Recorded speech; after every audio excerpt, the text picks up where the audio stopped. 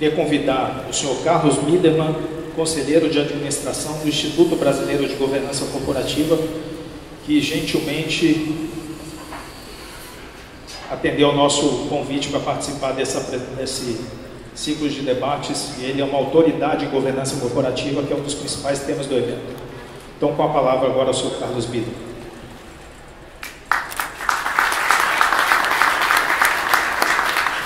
Muito bom dia a todos, agradeço muito o convite em nome do IBGC, da Pluri, da Trevisan, para participar desse evento. Nós do IBGC estamos iniciando uma conversa sobre governança nos clubes de futebol, então essa discussão aqui hoje nos é bastante importante para que a gente possa direcionar também as nossas discussões dentro do IBGC. No passado fizemos um primeiro painel com os nossos associados, discutindo um pouco da governança, convidamos algumas pessoas importantes, como a Ode Cunha, que foi secretária da Fazenda do Rio Grande do Sul, e também executivo internacional, o próprio Álvaro de Souza, hoje no Conselho do Santos. E tivemos uma primeira discussão. Nossos associados inicialmente ficaram um pouco surpresos. Poxa, por que o IBGC está discutindo governança nos clubes de futebol? E nós temos absoluta convicção que esse primeiro passo que demos no ano passado foi importante que a gente possa colaborar com a nossa forma, com o nosso conhecimento, com a nossa capacidade, um pouco na melhoria da governança dos clubes brasileiros. A minha experiência, além de conselheiro do IBGC, eu sou sócio da PricewaterhouseCoopers, da PwC, nosso vizinho aqui na frente. Além disso, a minha participação no futebol, ela começou no Grêmio, em Porto Alegre. Fui vice-presidente de Finanças em 97 e 98. Fomos campeões da Copa do Brasil em 98, aliás, 97. E desde lá mantenho a minha vinculação com o Grêmio, seja como conselheiro, como membro do Conselho Deliberativo, e já há muitos anos dirigia até o final do ano passado a Comissão de Finanças do Grêmio, que é uma comissão, eu vou falar um pouco disso na frente, é uma comissão do Conselho que faz o acompanhamento das finanças do clube, fazendo um reporte trimestral ao Conselho Deliberativo. Então, indo direto à nossa apresentação, reiterando o agradecimento pelo convite.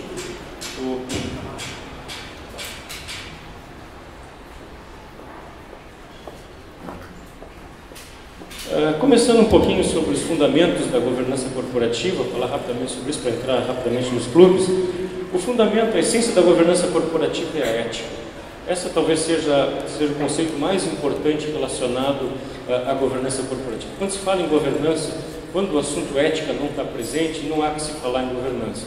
Então, acho que a evolução dos clubes brasileiros, eu falei um pouco rapidamente da minha história no futebol, os clubes passarem a adotar procedimentos de ética absoluta, clara e verdadeira. À medida que a ética não está presente, não há que se falar em governança, não há que se falar em estruturas, não há que se falar de absolutamente nada que possa, enfim, implicar na evolução dos clubes brasileiros. Então, a mudança de comportamento, a gente sabe de diversas situações, enfim, que aconteceram no esporte brasileiro, particularmente no futebol, e provavelmente ainda aconteça, isso tem que ser banido urgentemente. Acho que a apresentação do Ministério do Esporte é importante nesse sentido, para que haja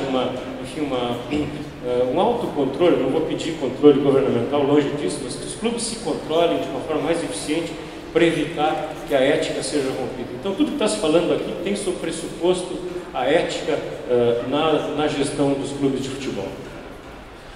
A governança corporativa, ela tem 4 fundamentos básicos que se aplicam, obviamente, aos clubes de futebol. O primeiro é a transparência. Transparência no sentido de dar abertura para a sociedade, para os seus associados, para os seus conselheiros, daquilo que acontece no clube. A transparência nos clubes é, vamos dizer assim, absolutamente necessária. A partir da lei, alguns anos atrás, os clubes passaram a ter que publicar os seus balanços, auditados por auditores independentes. Isso aumentou razoavelmente a transparência. Hoje, empresas já fazem análise da evolução dos clubes, o endividamento já é conhecido, enfim, já existe um nível de divulgação razoável sobre o que acontece nos clubes. Porém, pelo que se tem se percebido, ainda há muito que evoluir na questão de transparência em relação à divulgação das informações e do que acontece na vida do clube. Contando um pouquinho exemplificando quando cheguei no Grêmio, as apresentações no conselho das contas eram apresentações fechadas, não se apresentavam transparências, as contas eram lidas e obviamente que ninguém tinha paciência de prestar atenção naquilo que era lido. Eu inovei, talvez por desconhecimento das relações do Grêmio naquela época consigo mesmo, inovei fazendo apresentações ao Conselho, e muitos disseram, tu é maluco, a gente vai apresentar isso, vai um monte de questionamentos, as pessoas não vão entender, vão divulgar informações. Mas o que aconteceu foi absolutamente o contrário, quer dizer, as relações do Grêmio com o seu associado, com o seu conselheiro, passaram a mudar a partir de uma divulgação mais ampla daquilo que acontecia. Uma ocasião, nós tínhamos que vender um atleta e se discutia, poxa, vamos dar divulgação da forma como foi feita, não vamos no conselho. Havia uma série de especulações sobre a forma como tinha sido feita aquela negociação, e eu disse ao nosso presidente, né, presidente, mostre ao conselho exatamente como a operação aconteceu, em todos os seus detalhes, vai acabar a especulação. O presidente disse, poxa, mas nunca aconteceu isso no Grêmio, vamos fazer pela primeira vez, vamos inovar, que isso vai dar tranquilidade, o assunto acaba a especulação. Fizemos a divulgação, não houve perguntas, o assunto ficou absolutamente esclarecido. Responsabilidade corporativa. Responsabilidade corporativa, outra essência como princípio de governança, é a responsabilidade do clube, e o clube tem isso muito mais do que as empresas, na relação com a sua comunidade.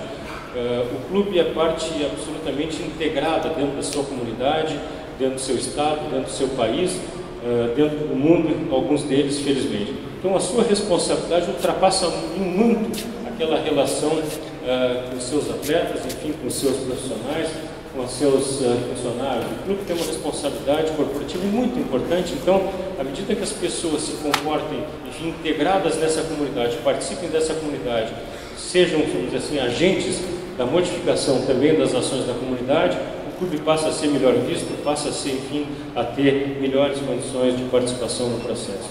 Equidade, tratar todos de forma igual, independente da sua origem, raça, sexo, enfim, natureza, tratar, enfim, de uma forma equitativa todos os stakeholders que agem na relação com o futebol. E prestação de contas, é um pouco do que eu falava na transparência. O clube deve prestar contas à sua comunidade, deve prestar contas ao seu associado, deve prestar contas para todas as pessoas interessadas de uma forma transparente, clara, limpa, para que todos possam, enfim, conhecer o que acontece no clube de uma forma absolutamente aberta. Então, a adoção desses princípios leva com que os princípios possam ser, enfim, adotados, os princípios de boa governança corporativa.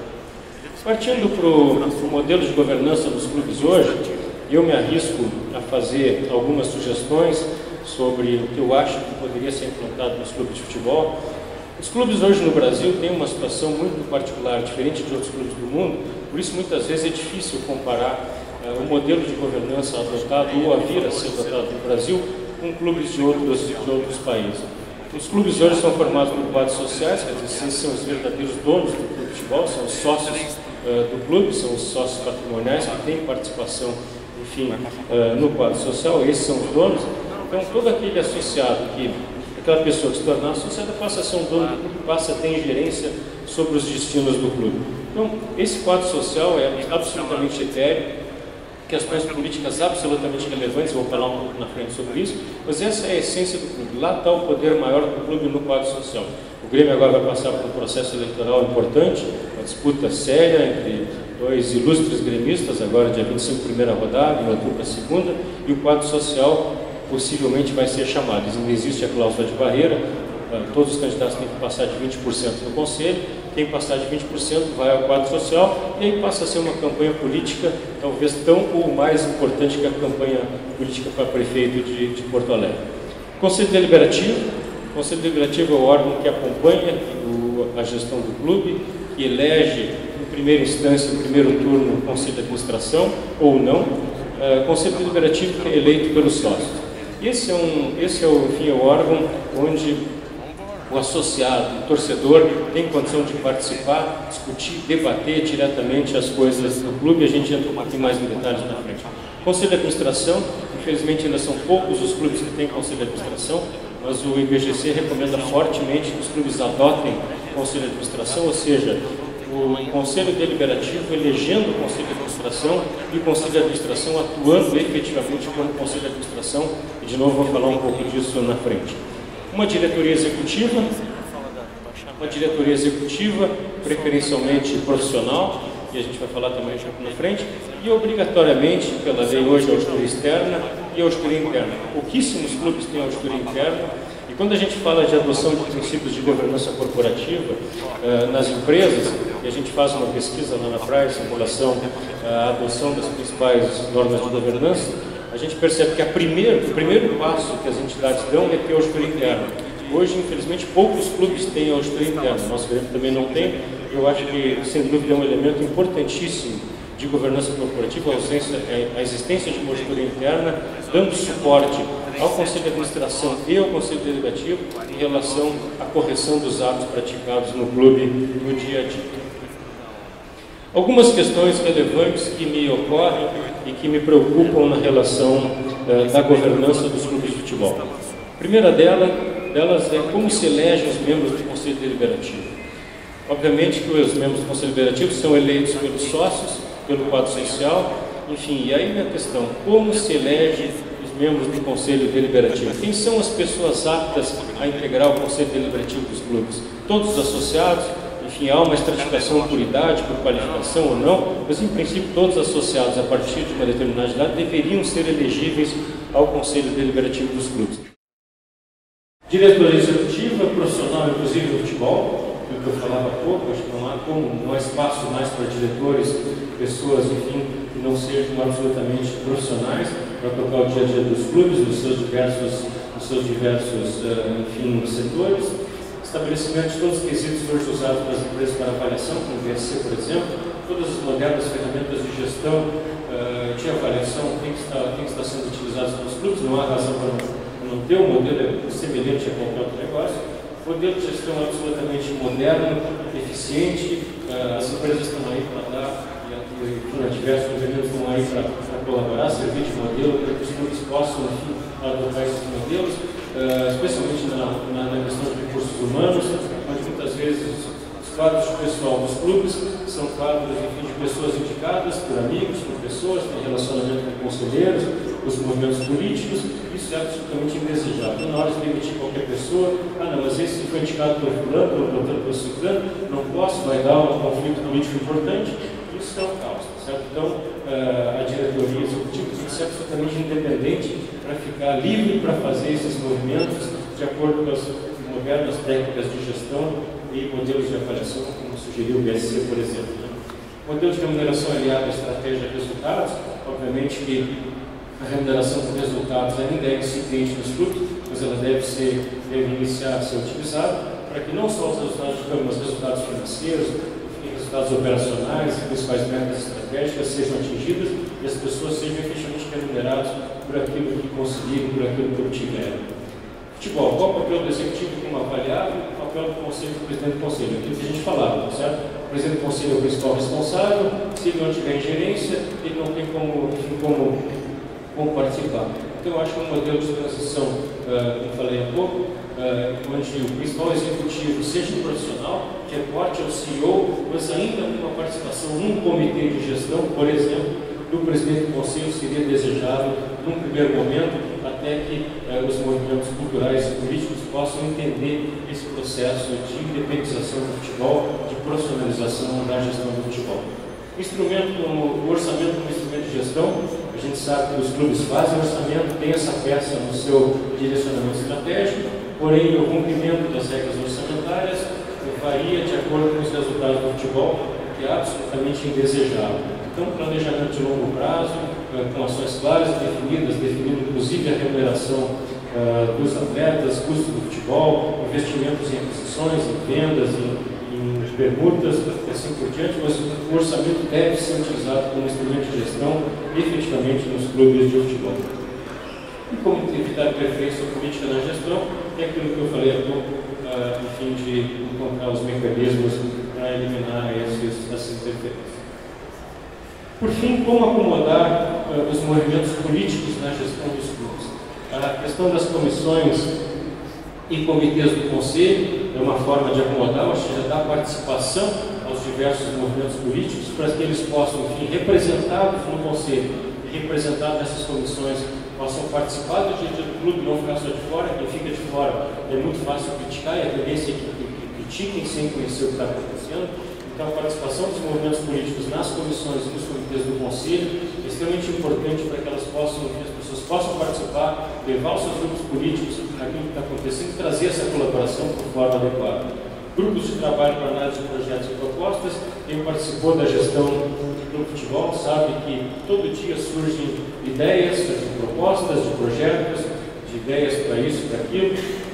Enfim, então, um estabelecimento de grupos de trabalho dentro do Conselho ou até com associados para discutir esses projetos, essas propostas, para dar vazão àquela ansiedade que as pessoas têm. Todo torcedor tem vontade de colaborar com o seu clube e quer dar vazão a essa ansiedade. O clube tem que encontrar uma forma de não fechar as portas para as pessoas, acatá-las, e a forma melhor seria através desses grupos de trabalho que analisem e efetivamente tragam essas sugestões para os clubes. Planejamento estratégico de longo prazo, absolutamente essencial, fundamental. Quem vive hoje sempre planejamento estratégico de longo prazo e um processo transparente de reporte e comunicação com todos os stakeholders, como nós falamos no início, um dos princípios basilares da governança corporativa. As minhas conclusões: modelos de governança para os clubes ainda são empíricos, sujeitos a pressões políticas, é um processo ainda embrionário. Muita dificuldade em ter estratégias e ações de longo prazo, como estabelecer que os clubes possam ter efetivamente estratégia de ações de longo prazo, profissionalização da gestão é absolutamente essencial, há que se blindar a gestão dos movimentos políticos para que esse efeito não chegue no vestiário, e o Conselho Consultivo pode ser uma alternativa, dá para pensar nisso, uma série de dificuldades, mas também tem uma série de benefícios, então eu proponho essa discussão. Muito obrigado a todos pela atenção.